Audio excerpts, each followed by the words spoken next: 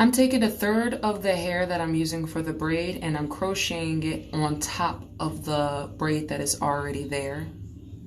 I'm using Spectra Easy Braiding Hair.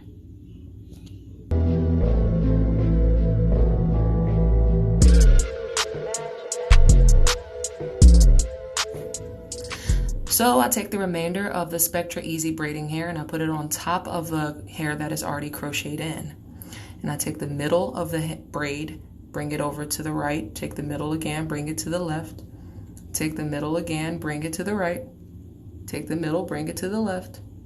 And I keep that same pattern while also ensuring that the braid is securely tucked within the weave.